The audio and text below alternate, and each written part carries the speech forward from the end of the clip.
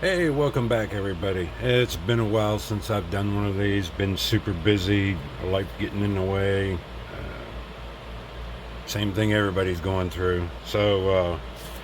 Welcome back here to maybe I'll call this Electroculture Garage since I do all this stuff in my garage. But today I'm finally going to have a chance to make a video. This is the mold top for doing parametric towers. When you do the towers, you do the central part. A lot of people use like a piece of PVC pipe, so on. You make your parametric cement and pour it in. Well, then you got to have a top for it too. This one I have listed now. It's 51 degrees, but it's 51 degrees from the bottom to the side. So once you pour your top, and your casting comes out, the sides of your casting will be 51 degrees. Now, in the research, and I got a customer, Bryan, big shout out to you. Love all the help and information you're giving me because I just don't have time to research it. We've been looking at different things, and it turns out that the tops, the degrees of angle, may not matter quite so much. So I'm doing different sizes, and I'm going to be doing different degrees of angle. This is 51 degrees from the bottom. This one is 52 degrees from the top up here. So your 52 degrees is from one side to the other. You can see how much more taller it is. Okay, the bottom is the same size diameter, but it gives you a longer top, and the degree of angles are different. So we're not really sure at this point. Apparently, now this is going researching old records going back 40, 50, 70 years, looking at the old parametric towers over in Ireland, the big huge ones, they're 60, 70 feet tall. So we're going to be doing some experimenting on that, but at least it'll give people options to get what they want. And these are sized for a 4-inch PVC pipe. So if you wanted to make a tower and you got a piece of 4-inch diameter PVC pipe to make your tower with, these cones will fit on top of it, and it'll give you just a little bit of an overhang. It'll look real nice. Plus, the lip that I put on here, it's sized so that if you have a short piece of pipe, that you could use this as a stand. Okay. If you don't want to bother cutting a piece of pipe, or if you don't have any extra, or maybe you're not using PVC pipe, maybe you're using a cardboard mailer tube or something, you can make a stand out of a piece of cardboard really, really easy, really, really cheap, and there you go. So you have the option to do either one. And I'll show you how to do this today, and also going to show you how to make the liner that goes inside of it. It's really simple. These are made from materials that everybody has laying around the house. Who doesn't have a piece of cardboard, an old Amazon box or whatever? Who doesn't have one of these real thin shopping bags from the big box stores? If you don't have any of them, use a small garbage bag that you can cut a piece out of. Anything, as long as it's big enough that you can cut your liner out. This is what it's going to look like once you're done. And you want it to be all one solid piece because you don't want to have an open seam whenever you get done. Okay, so I'm going to show you how to do all this stuff, and then I'm going to have a link in the description. Bryan was gracious enough to record his experience making the towers and pouring his tops. I'm going to have the link in the description to the videos that he forwarded to me. Very, very informational, and especially if you're not used to working with cement or concrete or anything like that, he kind of goes through and even gives you the measurements, how much of the parametric material you need, how much Portland cement, and right down to how many teaspoons of water you need. So that being said, let's get into this, and I'll first show you how to make the stand out of the cardboard, because you're going to need that to put your top in. This is what it's going to look like when you're done. It doesn't take a real long piece of cardboard. This was a flap. I think it's about 16, 17 inches long. You just want to make sure you got it long enough. All you're going to do is make sure you have a nice straight edge. Measure you about 3 inches. Put you either cut it with a pair of scissors or put a straight edge on there and cut it with a razor knife, as long as you get a long strip out of it. Okay, and I've already done that. I've cut a strip out. Okay, this is what it's going to look like. Now, what I do, just to make it easier, you have all these little grooves in the cardboard. Okay, you want to try to just start pre-bending them, so it makes it easier to form around your jig. All you got to do is just start one end, kind of roll it up tight, and just keep rolling it all the way to the other end.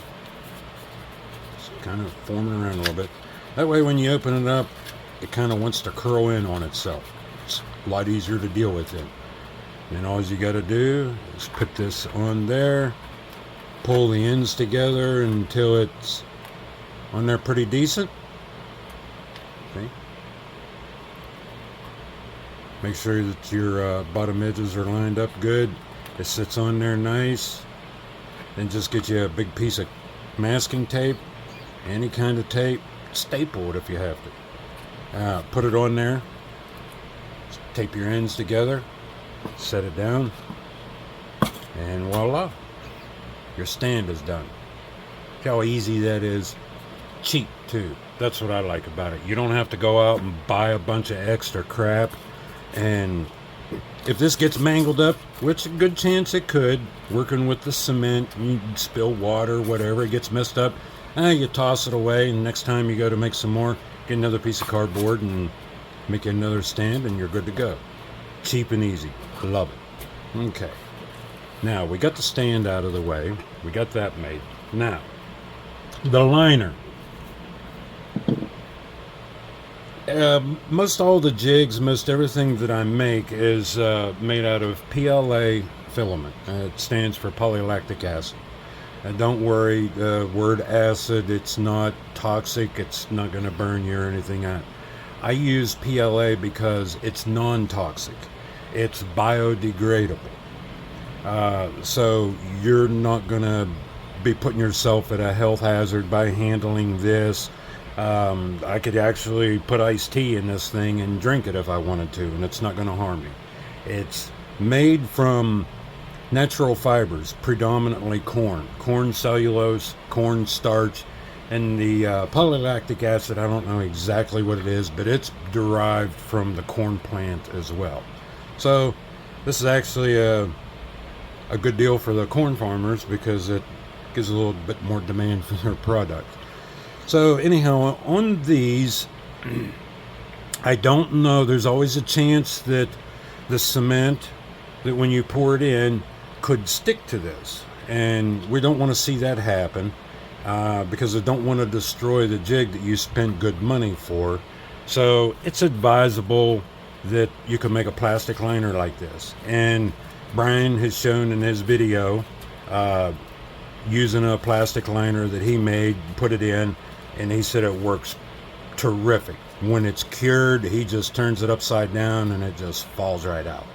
And any little spillage or splatter that he gets on there, once it's dried, he just kind of scrapes it with a mild wire brush or rub it with a rag, and the majority of it comes right off, so which is a good thing.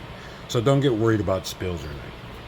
So, okay, to make the liner, like I said, use any kind of a thin plastic bag. And what we're going to do, we want to make sure that we have a piece that's solid so that we get a full round circle when we're done.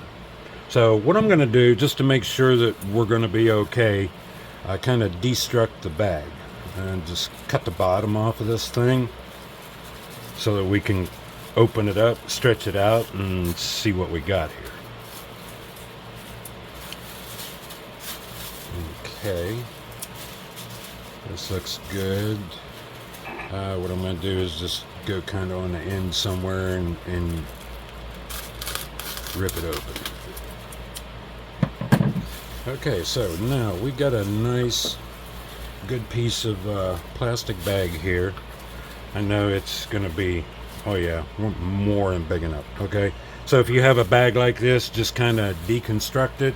So you got one big huge piece of plastic here, and we're ready to go. Now, your next step is, and I kind of use one of the corners here because it bends and it gives you a real nice sharp crease. So that when you lay it down, you don't have to fumble around trying to hold it flat and all that garbage.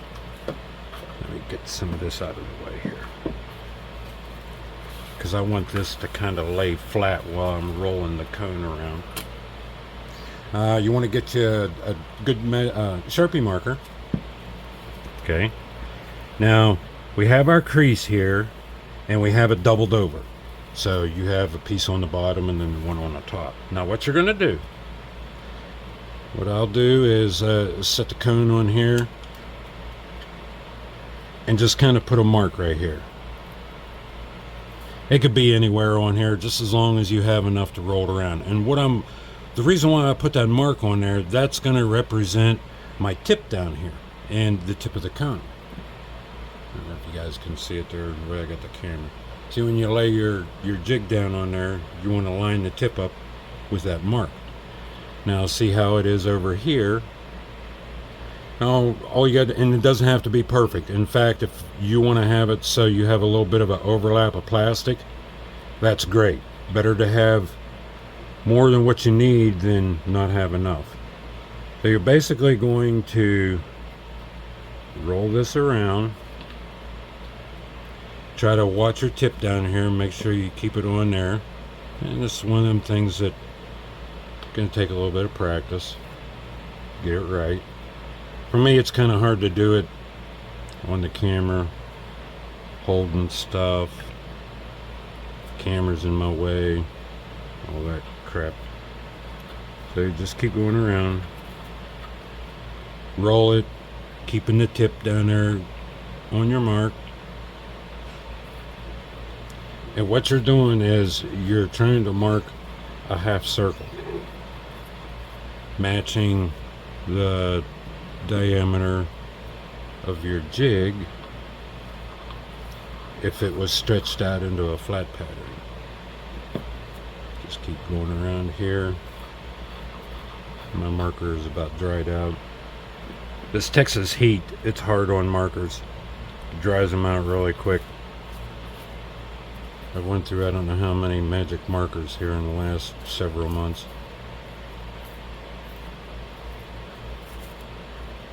Okay, all the way around. My tip is still down here on the corner. Okay.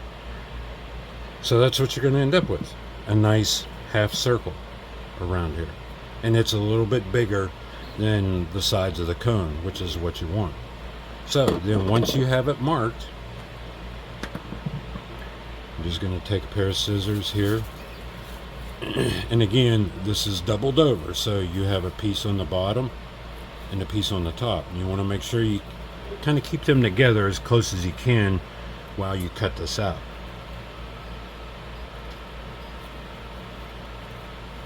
And again, it doesn't have to be perfect. If you're a little bit crooked, that'll work. It's not going to make you or break you. You just trimming a lot of the excess off so it doesn't get in your way when you're trying to put the liner in the cone and get everything situated for your pour. Because if your liner has a lot of wrinkles on the inside, when you pour your material into it, you may end up with some wrinkled finishes on the outside of your cone. Okay, so now that we've marked it and we've cut it, you open it up and you end up with a nice circle. Well, halfway is a nice circle.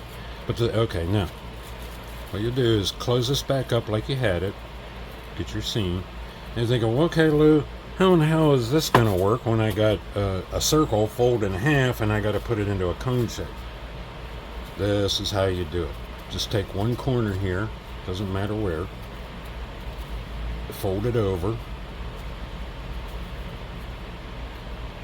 to your center mark. This represents the point down here inside your cone.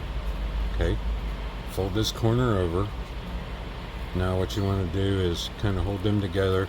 In this other side that's by itself, spread that apart, and when you open it up, now you're looking more cone shaped, like a coffee filter. And you can stick this down in there, and if you have to fold this over a little bit more to take up the slack so you get a nicer fit, that's perfectly fine. You can work it the way you want to, and once you set it down in there, voila. And you could put a piece of tape in here to hold everything in place. Just remember, if you do use a piece of tape, it may leave a little bump on the outside of your casting, which isn't going to hurt anything. It's just more for looks than anything. You could try spritzing some water in here, and then when you put that in, the water will kind of hold your plastic liner all in place while you're mixing up your mixture and then pouring it in. Okay, so that's basically all there is to it.